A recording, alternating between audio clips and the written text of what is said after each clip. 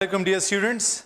In the previous class we discussed about certain words, like if we are getting words like good morning, good evening, good afternoon, good noon, good morning, goodbye, etc. So what we have to do with that? Along with this we discuss the words that are to be omitted. अब इसके बाद हम मुख्तलिफ़ किस्म के जो हमारे पास sentences होते हैं उनको वन बाय वन लेंगे और उसमें हमारे पास जिस किस्म की चेंजेस हमने करनी है उसको हम डिस्कस करेंगे। आज के इस वीडियो में हम स्टार्ट करते हैं इम्पेरेटिव सेंटेंस से। Imperative sentences are those sentences in which we give some sort of request in which there is an order, और those sentences in which we give advice etcetera are called imperative sentences. ऐसे sentences जिसमें हम कोई order करते हैं, कोई request करते हैं या किसी किस्म का एडवाइस वगैरह करते हैं, ऐसे सेंटेंसेस को हम इम्पेरेटिव सेंटेंसेस कहते हैं। और इम्पेरेटिव सेंटेंसेस को पहचानने का सबसे आसान तरीका ये है कि ये हमेशा वर्ब से स्टार्ट होते हैं। और इससे प्रीवियस लेक्चर्स में मैं कई बार आपको ये बता चुका हूँ कि imperative sentence always starts with first form of the verb. आप उसके साथ एस नहीं लगाएंगे, ई एस नहीं लगाएंगे, डी नहीं लगाएंगे, ई डी नहीं लगाएंगे, आई एन जी नहीं लगाएंगे। अगर आप इस तरह करते हैं तो आपका जो आंसर होगा वो गलत कंसिडर होगा। अब हम वन बाय वन इसको डिस्कस करते हैं। पहला पॉइंट तो ये है कि आपके पास जब इन्वर्टेड कामास को हम जनरल सेंटेंसेस में रिमूव करते हैं तो इन्वर्टेड कामास की जगह पर हम क्या लगाते हैं? शाबाश, इसकी जगह पर हम लगाते हैं that. But whenever we have got an imperative sentence, तो उस इम्पेरेटिव सेंटेंस में जब हम इन्वर्टेड कामास को रिमूव करेंगे उसकी जगह पर हम दैट नहीं लगाएंगे बल्कि हम उसकी जगह पर टू लगाएंगे। क्या लगाएंगे? टू लगाएंगे। जनरल सेंटेंसेस में हम जब इन्वर्टेड कामास को रिमूव करते हैं तो उसकी जगह पर दैट लगाएंगे, लेकिन यहाँ पर हम दैट नहीं बल्कि हम टू को यूज़ करेंगे। तो ये पहला रूल हुआ। दूसरा रूल ये है कि जनरल सेंटेंसेस में हमारे पास जो सेट आया होता है हम उसको चेंज नहीं करते हैं, लेकिन अब जब आपके पास इम्पेरेटिव सेंटेंस आ जाए तो उस इम्पेरेटिव सेंटेंस में आप वर्ड सेट या सेट टू को उस सेंटेंस के नेचर के मुताबिक चेंज करेंगे। नेचर का मतलब ये है कि अगर आपको लग रहा है कि इसमें ऑर्डर हो रहा है तो आप लिख ले ऑर्डर्ड। अगर आपको लग रहा है कि इसमें एडवाइस हो रहा है तो आप लिख ले एडवाइज्ड। अगर आपको लग रहा है कि इसमें रिक्वेस्ट हो रहा है तो आप लिख सकते हैं रिक्वेस्टेड। तो आप सेंटेंस के नेचर को क्या करेंगे उसको आप खुद पहचानेंगे। अब अगर हमारे पास ये सेंटेंस आ जाए, the teacher said to me get out of the class, तो आपके ख्याल से इस सेंटेंस में क्या हो रहा है? शाबाश, इसमें ऑर्डर हो रहा है। तो आप लिख सकते हैं कि the teacher ordered me. Inverted commas की जगह पर क्या लगाएंगे? शाबाश, टू लगाएंगे। To get out of the class, the teacher ordered me to get out of the class. अच्छा, एक और चीज की तरफ मैं आप लोगों की तवज्जो दिलाना चाहता हूं कि अक्सर औकात आपके पास अगर ऑप्शन भी आ जाए कि the teacher ordered to me, तो अक्सर औकात स्टूडेंट्स इसमें ऑर्डर्ड टू मी लगा लेते हैं। ये गलत होगा। याद रखिए स्टूडेंट्स कि इसमें ऑर्डर्ड टू नहीं आएगा बल्कि सिर्फ और सिर्फ ऑर्डर्ड आएगा। क्यों? क्योंकि हमारे पास जो सेट आता है और उसके साथ टू होगा, तो इन दोनों वर्ड्स को या सिर्फ सेट अगर आया हो तो फिर उस एक वर्ड को हम ले लेंगे और हम उसको चेंज कर लेंगे ऑर्डर्ड में। और याद रखिए कि आपने इसका सेकंड फॉर्म लगाना है। इस तरह नहीं कि आप कहते हैं कि he orders his servant to polish his shoes, या आप कहते हैं कि ही ऑर्डरिंग, नहीं, बल्कि आपने क्या करना है? आपने इसके साथ सेकंड फॉर्म लगाना है। तो अक्सर औकात आपके साथ वो ये ट्रिक भी खेल सकते हैं कि वो आपको फर्स्ट फॉर्म दे दे और आपको वो सेकंड फॉर्म भी दे दे, तो फिर आप कंफ्यूज हो जाते हैं कि हमारे पास तो इसमें शायद दोनों ठीक है तो दोनों इसमें ठीक नहीं है। ठीक है, फिर सेंटेंस नंबर 2 देखिए। Father said always speak the truth. आपके ख्याल से इसमें क्या हो रहा है? हाँ, शाबाश, इसमें एडवाइज हो रहा है। Father advised to.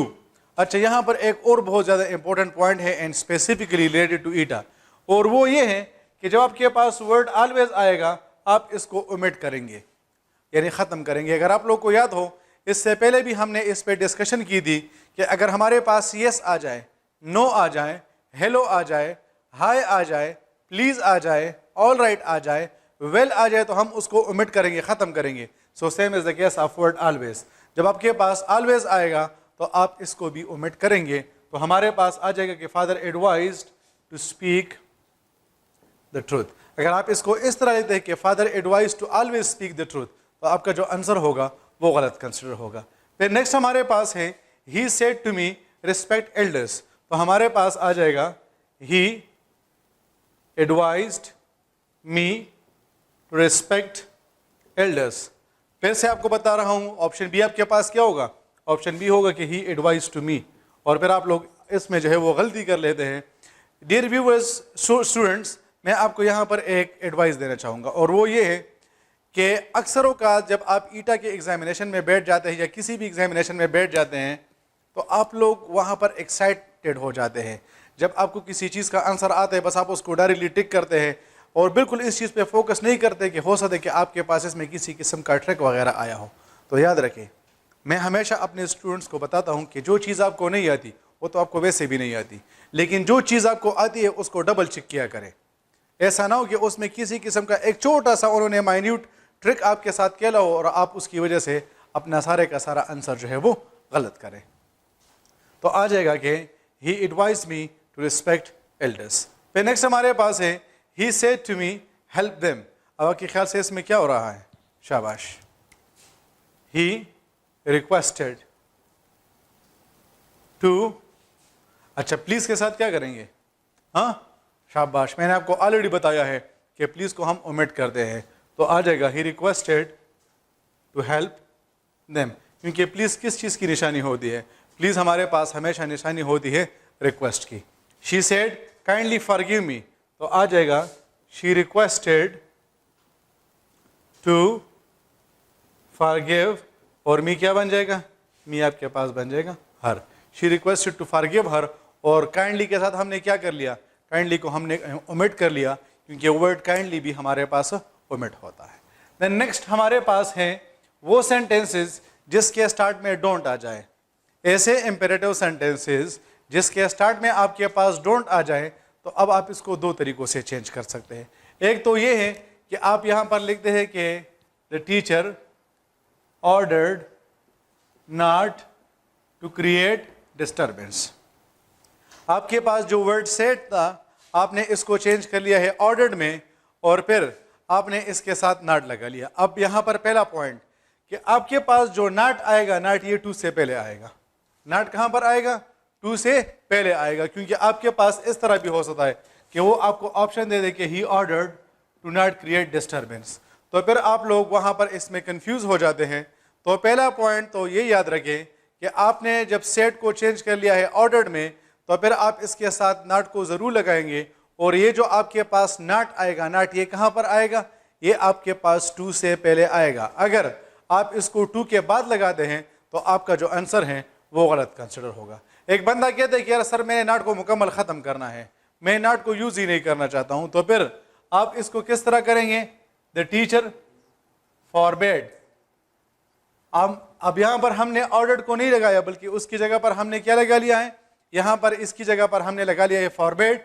तो जब आपने फॉरबेड लगा लिया तो फिर आप इसके साथ नॉट को यूज़ नहीं करेंगे, तो फिर आप कहते हैं कि the teacher forbade to create disturbance. अगर आप इसको इस तरह लिखते कि for example mother forbade not to spit on the floor, तो आपका जो आंसर होगा वो गलत कंसिडर होगा। मैं फिर से आपको बता रहा हूँ, वो कुछ इस तरह से है कि वो इंपेरेटिव सेंटेंस जिसके स्टार्ट में आपके पास डोंट आ जाए, आप इसको जब चेंज करेंगे आप कुछ इस तरह से करेंगे कि सेट को आप चेंज कर लेंगे ऑर्डर्ड में, और फिर जब आपने ऑर्डर्ड लगा लिया तो इसके साथ नॉट आएगा, लेकिन ये नॉट आपके पास टू से पहले आएगा। ये तो आपके पास बन गया है पहला पॉइंट। दूसरा पॉइंट ये है कि फॉर एग्जाम्पल हमारे पास एक स्टूडेंट है, जिस तरह आपके बायो के टीचर है बिलाल साहब, उनकी तरह नॉटी है, सही है, और वो कहते हैं कि मुझे नॉट बिल्कुल पसंद ही नहीं है और मैं तो बड़ा पॉजिटिव किस्म का इंसान हूँ और मेरे ज़िंदगी में मनफी लफ्ज़ होता ही नहीं है, ठीक है।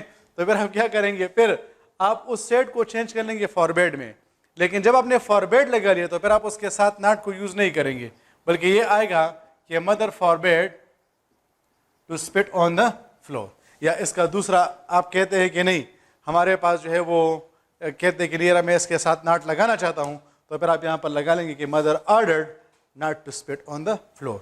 तो मैं आपको इस पॉइंट पे बार बार कंसंट्रेट इस वजह से कर रहा हूँ क्योंकि ये वाला जो क्वेश्चन होता है ये बहुत ज़्यादा आता है। जब आपके पास डोंट वाला इंपेरेटिव सेंटेंस आ गया है तो आप इसको दो तरीक़ों से चेंज कर सकते हैं। एक तो आप उसके साथ सेट को चेंज कर ले ऑर्डर्ड में, और फिर आप उसके साथ नॉट को यूज़ करेंगे, और अगर आपने इसके साथ फॉरवर्ड लगा लिया तो फिर आप उसके साथ नॉट को यूज़ नहीं करेंगे। Coming towards the fifth type, he said to his friend stand up. अब यहाँ पर तो बहुत बड़ा कन्फ्यूजन है, सही है, क्योंकि अगर आप अपने दोस्त को ऑर्डर करेंगे तो फिर वो क्या कहेंगे, अच्छा थोड़ा सा हम आपके साथ फ्री क्या हो गए, अब आप हमें ऑर्डर दे रहे हैं, तो वो तो आपकी बात नहीं मानेंगे। और अगर आपने रिक्वेस्ट कर लिया और अपने दोस्त को वाह वाह जी वाह वाह, वो तो फिर बिल्कुल भी आपकी बात नहीं मानेंगे। अब जब ऐसा सिचुएशन आ जाए कि जिसमें क्लियर ना हो कि ऑर्डर हो रहा है, रिक्वेस्ट हो रहा है, एडवाइस हो रहा है, जिस तरह इस सेंटेंस में हमारे पास क्लियर नहीं है, या I said to the shopkeeper give toffees to me, अब इसमें भी हमारे पास क्या है, सिचुएशन क्लियर नहीं है, क्योंकि हम जब किसी दुकानदार के पास जाते हैं हम उसे ऑर्डर नहीं करते, ना ही हम उसे रिक्वेस्ट करते हैं, बल्कि एक जनरल सी बात होती है। तो जब आपके पास ऐसा सिचुएशन आ जाए कि जिसमें आपके पास बात क्लियर ना हो, तो फिर आपके पास जो सेड टू है आप इसको आस्क्ड में भी चेंज कर सकते हैं और आप इसको टोल्ड में भी चेंज कर सकते हैं। लेकिन ये आस्क्ड और टोल्ड आपने तब लगाना है जब आपके पास कंटेक्स्ट क्लियर ना हो। अगर कंटेक्स्ट क्लियर है तो फिर तो आप ऑर्डर लगा ले, रिक्वेस्टेड लगा ले, एडवाइस लगा ले, जो कुछ भी आपने लगाना हो वो आप उसके मुताबिक जो है वो पुट कर लेंगे। अच्छा जी, एक और पॉइंट की तरफ आपकी तवज्जो चाहते हैं, और वो ये है कि सिर्फ सेट को अगर आप टोल्ड में चेंज करते हैं तो आपका जो आंसर होगा वो गलत होगा। याद रखिए, कभी कभार आप लोग कहते हैं कि यार मैं सेट की जगह पर टोल्ड लगाना चाहता हूं, तो आप कहां पर टोल्ड लगा सकते हैं। अगर सिर्फ सेट आ जाए और आपने इसको टोल्ड में कन्वर्ट कर लिया तो आपका जो आंसर होगा that will be considered incorrect. हाँ, अगर आपके पास सेट टू आ जाए तो फिर सेट टू को आप टोल्ड में चेंज कर सकते हैं, सेट टू को आप टोल्ड में चेंज कर सकते हैं, लेकिन सिर्फ सेट को आप टोल्ड में चेंज नहीं कर सकते। अब इस तरह भी नहीं, कुछ स्टूडेंट ये गलती कर लेते हैं कि सेट टू को टोल्ड टू में चेंज कर लेते हैं, नहीं, बल्कि सिर्फ और सिर्फ set is changed cannot be changed into told, while said to is changed into told, not told to। तो जब ऐसा सिचुएशन आ जाए कि जिसमें क्लियर ना हो कि हमारे पास ऑर्डर है, रिक्वेस्ट है, एडवाइस वगैरह है, तो फिर आप उसको जो है वो टोल्ड में चेंज कर सकते हैं। तो आप लगा ले कि he told his friend to stand up, he told his friend to stand up। या मैं यहां पर इस तरह भी लिख सकता हूं दूसरे सेंटेंस को कि I said to the shopkeeper give toffees to me, I asked the shopkeeper to give toffees to me। अब देखिए मैंने यहाँ पर asked लगाया है, आपके पास ऑप्शन सी इस या ऑप्शन बी इस तरह होगा कि asked to, तो नहीं भाई, हमारे पास asked to और told to नहीं आ सकता, बल्कि asked और told के बाद अगर हम to लगाते हैं तो हमारा जो आंसर होगा वो गलत कंसिडर होगा। तो ये जो रूल नंबर 5 है इसका ज़्यादा जो रिलेशनशिप है वो इसी चीज़ के साथ है कि आया हम जो ये बात कर रहे हैं इसमें हम ऑर्डर कर रहे हैं, रिक्वेस्ट कर रहे हैं, एडवाइस वगैरह कर रहे हैं कि नहीं। तो अगर कंटेक्स्ट क्लियर नहीं आ रहा है तो फिर तो इसका मतलब हमारे पास ये बन जाएगा कि हम इसमें आस्क्ड या टोल्ड को लगा ले।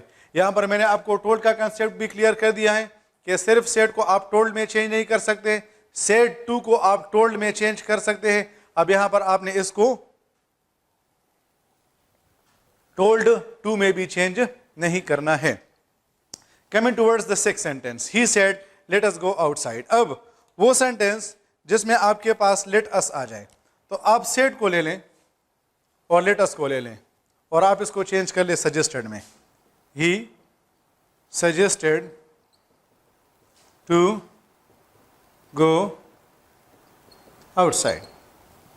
अगर आपके पास किसी सेंटेंस में के स्टार्ट में लेट अस आ जाए, लेट अस भी हमारे पास इंपेरेटिव सेंटेंस की निशानी होती है, तो आप सेड को और लेट अस को इन तीनों को ले लें और आप इसको चेंज कर लें सजेस्टेड में, और फिर आप इसकी जगह पर इन्वर्टेड कॉमास को रिमूव करके उसकी जगह पर टू लगा लें और बाकी आप जो है वो क्या करें, बाकी उस सेंटेंस को रिपीट करें। वैसे अगर आप से एक स्टूडेंट या एक बंदा आपसे, आपका फ्रेंड वगैरह आपसे ये पूछे कि यार मैं सजेस्टेड के साथ टू नहीं लगाना चाहता हूँ, तो फिर इसके लिए हमारे पास कोई रूल है कि नहीं, तो याद रखें इस सेंटेंस को मैं इस तरह भी लिख सकता हूँ, I suggested writing examples. I suggested writing examples. क्या मतलब है इसका? इसका मतलब ये है कि जब आपने वर्ड सजेस्टेड लगा लिया है तो आपके पास अब दो ऑप्शन हैं। ऑप्शन वन तो ये है कि आप उसके बाद टू लगा लें और फिर आप उस सेंटेंस को उसी तरह रिपीट कर लें, और ऑप्शन बी आपके पास ये है कि आप सजेस्टेड के बाद इस इन्वर्टेड कॉमास को कंप्लीटली रिमूव करें और फिर आपके पास जो वर्ब बच जाएगा, वर्ब, आप उसकी जगह पर क्या करें, आप उसकी जगह पर ING लगाएं। अब अगर आप कहते हैं कि I suggested to writing examples, then your answer will be definitely considered incorrect. आपके पास आंसर तब करेक्ट कंसिडर होगा जब आप सजेस्ट के बाद या तो टू लगा लें, या आप उसके बाद टू नहीं लगाते तो फिर आप उसके बाद ING फॉर्म लगा लें। अच्छा स्टूडेंट, अक्सर औकात स्टूडेंट्स ये पूछते हैं कि ये ऑर्डर्ड और कमांडेड में क्या फ़र्क है। फॉर एग्जाम्पल हमारे पास आ जाए सेंटेंस आ जाए कि the commander said stay in line, the commander said stay in line, और आपके पास यहां पर दो ऑप्शन हो कि the commander ordered to stay in line, और दूसरा आ जाए कि the commander commanded to stay in line, the commander commanded to stay in line. और आपके पास ऑप्शन सी इस तरह नहीं है कि बोथ A एंड B, तो फिर आपके पास कौन सा वाला ठीक होगा? तो याद रखिए, जब आपके पास फोर्सेस की बात आती है, फोर्सेस की, यानी आर्मी की बात आ जाए, पुलिस की बात आ जाए, मिलिशिया की बात आ जाए, लेवीज वगैरह की बात आ जाए, एयरफोर्स वगैरह की बात आ जाए, तो फिर आप वहाँ पर सेट को कमांडेड में चेंज कर सकते हैं। और अगर जनरल सिचुएशन हो जिसमें हम फोर्सेस की बात नहीं करते हैं तो फिर आप उसमें ऑर्डर्ड लगा सकते हैं। फिर से सुने कि अगर फोर्सेस की बात हो तो आप वहाँ पर सेट को कमांडेड में चेंज करें, और अगर आम सिचुएशन की बात हो जिसमें हम फोर्सेस की बात नहीं करते हैं तो फिर आप सेट को ऑर्डर्ड में चेंज कर सकते हैं। तो इंपेरेटिव सेंटेंसेस में हमने ओवरऑल 7 कंटेक्स्ट को डिस्कस कर लिया। नंबर 1 ऑर्डर्ड वाला लगा ले, नंबर 2 कमांडेड वाला लगा ले, नंबर 3 एडवाइज्ड वाला लगा ले, नंबर 4 रिक्वेस्टेड वाला लगा ले, नंबर 5 आपके पास ऑर्डर्ड भी आ सकता है और फॉरबेड भी आ सकता है, नंबर 6 में आप आस्क्ड या टोल्ड लगा सकते हैं, जबकि लास्ट जो आपके पास टाइप है इसमें आप सजेशन वगैरह दे सकते हैं। इसमें जो बेसिक पॉइंट है वो यही था कि आप जब इन्वर्टेड कॉमास को रिमूव करेंगे तो बाकी सेंटेंसेस में आप टू लगा सकते हैं, सॉरी दैट लगाएंगे, लेकिन इसमें आप टू को यूज करेंगे। अब इंपेरेटिव सेंटेंसेस के बाद हम डिस्कस करते हैं इंट्रोगेटिव सेंटेंसेस को। Interrogative sentences are those sentences in which we ask some sort of question etcetera. ऐसा सेंटेंस जिसमें हम क्वेश्चन करते हैं या ऐसा सेंटेंस जिसमें हमें इंफॉर्मेशन की ज़रूरत होती है, ऐसे सेंटेंसेस को हम इंट्रोगेटिव सेंटेंसेस कहते हैं। और इंट्रोगेटिव सेंटेंसेस के पहचानने का सबसे आसान तरीका ये है कि इसके एंड में हमारे पास साइन ऑफ इंटरोगेशन आता है। ये जो हम इस तरह का मार्क लगाते हैं इसको हम साइन ऑफ इंटरोगेशन भी कह सकते हैं, इसको हम क्वेश्चन मार्क भी कह सकते हैं, या हम इसको इंट्रोगेटिव मार्क भी कह सकते हैं। ये जो मार्क सेंटेंस के एंड में आता है इसको हम sign of interrogation, interrogative sentence, या हम इसको क्वेश्चन मार्क भी कह सकते हैं। ठीक है, अब पहला पॉइंट। दूसरा पॉइंट देखिए, यहां पर मैंने दो सेंटेंसेस लिखा है, मैंने इन पे ऊपर लिखा है 1, और यहां पर मैंने दो सेंटेंसेस लिखा है, इन दोनों को मैंने नाम दिया है 2। तो इसका मतलब ये हुआ कि इंट्रोगेटिव सेंटेंस के हमारे पास दो टाइप्स है। टाइप 1 वो है जिसके स्टार्ट में हमारे पास WH आ जाए, और टाइप 2 हमारे पास वो है जिसके स्टार्ट में हमारे पास हेल्पिंग वर्ब आ जाए, या जिसको हम एक्सिलरी वर्ब भी कहते हैं, या जिसको हम टेंस मार्कर भी कहते हैं। ठीक है, फिर से सुने, हमारे पास इसके कितने टाइप्स हैं? दो टाइप्स है। टाइप 1 में WH, जबकि टाइप 2 में हमारे पास क्या आएगा? टाइप 2 में हमारे पास जो है वो एक्सिलरी वर्ब आएगा। अब जब हमारे पास इंट्रोगेटिव सेंटेंस होगा और इसमें हमारे पास वर्ड सेड आया है, सेड, तो इस वर्ड सेड को हम चेंज कर लेंगे आस्ट में, या हम इसको चेंज कर लेंगे इंटरोगेटेड में, या हम इसको चेंज कर लेंगे वांटेड टू नो में, या हम इसको चेंज कर लेंगे इंक्वायर्ड ऑफ में। आपके पास जो वर्ड सेड आया है आपकी अपनी मर्जी है, आप इसको जिस भी वर्ड में कन्वर्ट करेंगे आपका वो वर्ड करेक्ट कंसिडर होगा। आप सेड को आस्ट में चेंज कर लें, आप सेड को इंटरोगेटेड में चेंज कर लें, आप सेड को वांटेड टू नो में चेंज कर लें, या आप सेड को इंक्वायर्ड ऑफ में चेंज कर लें। तो आप जो भी वर्ड लगाएंगे वो ठीक होगा, पहला पॉइंट। दूसरा पॉइंट ये है कि अगर ये इंट्रोगेटिव सेंटेंस WH वर्ड से स्टार्ट हो रहा है, किस चीज से? WH वर्ड से, तो इन इनवर्टेड कॉमास को आप रिमूव कर लेंगे और आप इसकी जगह पर कुछ भी नहीं लगाएंगे। आप इनको रिमूव कर लेंगे और आप इसकी जगह पर कुछ भी नहीं लगाएंगे। दूसरा पॉइंट, पॉइंट नंबर 1 सेड वाला हुआ, पॉइंट नंबर 2 इनवर्टेड कॉमास वाला हुआ। अब पॉइंट नंबर 3 देखिए, इस सेंटेंस का जरा स्ट्रक्चर देखिए। पहले हमारे पास WH वर्ड आया है, उसके बाद हमारे पास एक्सिलरी वर्ब आया है, और फिर उसके बाद हमारे पास प्रोनाउन आया है। पहले WH वर्ड आया है, उसके बाद वर्ब आया है, और उसके बाद प्रोनाउन आया है। हम जब इसको चेंज करेंगे तो किस तरह चेंज करेंगे? हम इसको चेंज इस तरह करेंगे कि हम पहले WH वर्ड को उसी जगह पर लगा लेंगे, फिर इस प्रोनाउन को हम यहां पर लगाएंगे, और फिर हम उसके बाद एक्सिलरी वर्ब को लगाएंगे। अभी आप लोगों ने कंफ्यूज नहीं होना है कि ये क्या बात हो रही है। हम जब एग्जाम्पल्स करेंगे तो आपका कंसेप्ट क्लियर हो जाएगा। देखिए, he said to me, he asked me. अब हम क्या करेंगे? इन्वर्टेड कॉमास को रिमूव करेंगे कि नहीं? जी बिल्कुल करेंगे। तो इसकी जगह पर क्या लगाएंगे? इसकी जगह पर कुछ भी नहीं लगाएंगे। फिर हमारे पास स्ट्रक्चर क्या आ जाएगा? पहले हम WH वर्ड को अपनी जगह पर उसी तरह रिटेन करेंगे।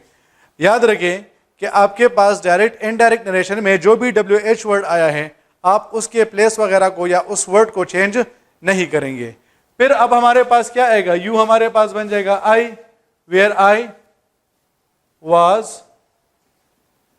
going, where I was going। देखिए यहां पर where के बाद क्या आया है? एक्सिलरी वर्ब, और उसके बाद क्या आया है? प्रोनाउन। यहां पर हमने where के बाद क्या लगा लिया है? हमने उसके बाद लगा लिया है I, और यानी हमने उसकी जगह पर प्रोनाउन लगा लिया है। फिर उसके बाद हमने जो है वो वर्ब को लगा लिया है, और फिर उसके बाद हमने जो मेन वर्ब है उसको लगा लिया। और चौथा चेंज जो बहुत ज्यादा इंपॉर्टेंट है, बहुत ज्यादा, कैमरे के करीब आकर आप लोगों को बता रहा हूं ताकि आप लोग बिल्कुल भी ना घबराए, सही है? तो वो ये है कि आपके पास ये जो साइन ऑफ इंटरोगेशन है, आप इसको चेंज करेंगे फुल स्टॉप में। आपके पास ऑप्शन बी इस तरह आएगा, वेयर आई वाज गोइंग, यहाँ पर साइन ऑफ इंटरोगेशन होगा। फिर आप लोग चीखना शुरू कर देते कि हमारे पास तो दोनों ऑप्शन सेम है। तो भाई दोनों ऑप्शन कभी भी सेम नहीं होते, हमेशा उसमें कुछ ना कुछ ट्रिक होगा। और वो यहाँ पर जो मेन वाला ट्रिक है वो ये है कि इन लोगों ने आपको साइन ऑफ इंटरोगेशन भी दिया है और आपको फुल स्टॉप भी दिया है। So remember that whenever we are converting an interrogative sentence into indirect narration, that sign of interrogation is changed into full stop।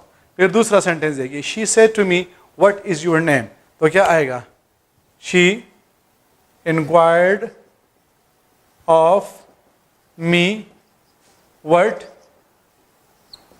my name was। and you see that we have also change the order of the sentence। जिस तरह हमारे पास पहले WH word आया था, उसके बाद axillary verb आया था, और उसके बाद प्रोनाउन आया था, हमने इसको चेंज करके पहले WH वर्ड लगा लिया, फिर हमने उसके बाद प्रोनाउन लगा लिया, फिर हमने उसके बाद वर्ब लगा लिया, और जब सेंटेंस एंड हो गया तो बजाय इसके कि हम यहाँ पर साइन ऑफ इंटरोगेशन लगाए, यहाँ पर हमने फुल स्टॉप को लगा लिया है। ये तो हमारे पास इंटरोगेटिव सेंटेंस का पहला टाइप बन गया है। दूसरा टाइप भी बिल्कुल इसी तरह है, उसमें सिर्फ और सिर्फ आपने एक और चीज की एडिशन करनी है, और वो ये है कि हम जब WH वर्ड वाले इंटरोगेटिव सेंटेंस में क्या कर रहे थे, उसमें हम जब इन्वर्टेड कॉमास को रिमूव कर रहे थे तो उसकी जगह पर कुछ भी नहीं लगा रहे थे। लेकिन यहाँ पर फिर हम क्या करेंगे? इन्वर्टेड कॉमास को हम रिमूव करके इसकी जगह पर एफ लगाएंगे या वेदर लगाएंगे। टाइप 1 में जो हमारे पास WH वर्ड वाला है, हमने जब उसमें क्या कर लिया? हमने जब उसमें इन्वर्टेड कॉमास को रिमूव कर लिया तो हमने उसकी जगह पर कुछ भी नहीं लगाया। लेकिन यहाँ पर हम जब इन्वर्टेड कॉमास को रिमूव करेंगे उसकी जगह पर एफ लगाएंगे या वेदर लगाएंगे। बाकी वही वाली चेंजेस होगी कि सेट को आप इन चारों वर्ड्स में चेंज कर लेंगे, इन्वर्टेड कॉमास एफ और वेदर आ जाएगा। सेंटेंस का स्ट्रक्चर देखिए, पहले क्या है? एक्सिलरी वर्ब है और उसके बाद प्रोनाउन है। आप इसको चेंज करके पहले प्रोनाउन और उसके बाद एक्सिलरी वर्ब लगाएंगे। यानी for example, he wanted to know if they were coming, और वही वाला पॉइंट है कि यहां पर हमने साइन ऑफ इंटरोगेशन की जगह पर फुल स्टॉप लगा लिया। फिर नेक्स्ट सेंटेंस देखिए, she said is it easy, so she interrogated whether it was easy. बस बात ख़त्म. तो ये आपके पास है कि किस तरह आप साइन ऑफ इंटरोगेशन को चेंज करेंगे. अच्छा, यहाँ पर मैं आपको एक दो तीन सेंटेंसेस है जो कि बार बार ईटा में रिपीट होते हैं, सही है, उसके बारे में थोड़ा सा बात करते हैं. अगर सेंटेंस आ जाए, he said is it good, sentence number 1. He said is it good और बैड. दो सेंटेंसेस है, he said is it good और दूसरा सेंटेंस है he said is it good और बैड. अब आपके पास आंसर इस तरह है, ही asked if it was good. दूसरा के पास है ही asked whether it was good. इसका आपके पास है he said if it was good और बैड. और दूसरा आ जाए कि he asked whether it was good और बैड. अब अगर ऑप्शन सी हमारे पास आ जाए कि बोथ ए एंड बी, तो बस फिर तो बात खत्म, फिर तो हमारे पास ये सारे का सारा लांझा ही खत्म हो जाएगा. लेकिन यहाँ पर हमारे पास ऑप्शन ए है कि he asked if it was good, option B है कि he asked whether it was good. और हमने इन दोनों में से, फॉर एग्जाम्पल ये हमारे पास ऑप्शन ए है और ये हमारे पास ऑप्शन बी है, and same is the case of this MCQs, this is option A and this is option B. और इन दोनों में से हमने एक को सिलेक्ट करना है, तो फिर कौन सा वाला ठीक होगा. मैं फिर से बता रहा हूं that this question has been repeated so many times in your past papers, so you need to focus on this point. And the point is कि अगर किसी सेंटेंस में और आ जाए, और किसी सेंटेंस में अगर और आ जाए, तो फिर उसमें जो राइट ऑप्शन होगा वो वेदर होगा. और अगर किसी सेंटेंस में और नहीं है, तो फिर उसमें राइट ऑप्शन एफ होगा. फिर से बता रहा हूं, ठीक दोनों है, एफ भी ठीक है और वेदर भी ठीक है, लेकिन हमने इन दोनों में से एक को सिलेक्ट करना है. मसला ये है, तो फिर कौन सा वाला ठीक होगा. सो F or has been mentioned in the sentence, then you will have to put whether with it. And if or has not been mentioned in the sentence, then you will have to use F with it. If you have got option C and option C is both A and B, then definitely you will tick option C, that both A and B are right. But if you look at these two options, in these two options in one sentence, F has been given to us, while in the second sentence, whether has been given to us, and we have not been told that whether option C is the correct one or not. So in this kind of situation, then you should be looking that if no R has been used, then F is the right option, and if or has been used, then whether is the right option. तो revise करते हैं lecture के and में. हमारे पास दो बातें हैं. Interrogative sentence में हमारे पास WH वर्ड वाला सेंटेंस भी है और हमारे पास F ऑक्सिलरी वर्ब वाला सेंटेंस भी है. अगर ये हमारे पास इंटरोगेटिव सेंटेंस वाला है, तो हम उसमें से इन्वर्टेड कामास को रिमूव करके उसकी जगह पर कुछ भी नहीं लगाएंगे. और अगर हमारे पास ये ऑक्सिलरी वर्ब वाला है, तो इन्वर्टेड कामास को रिमूव करके उसकी जगह पर एफ या वेदर लगाएंगे. तीसरा पॉइंट ये है कि आप उस सेंटेंस के स्ट्रक्चर को चेंज करेंगे, प्रोनाउन को वर्ब से पहले लेकर आएंगे. And the fourth point is कि आपके पास जो साइन ऑफ इंटरोगेशन होगा, you will change it into full stop. Thank you very much.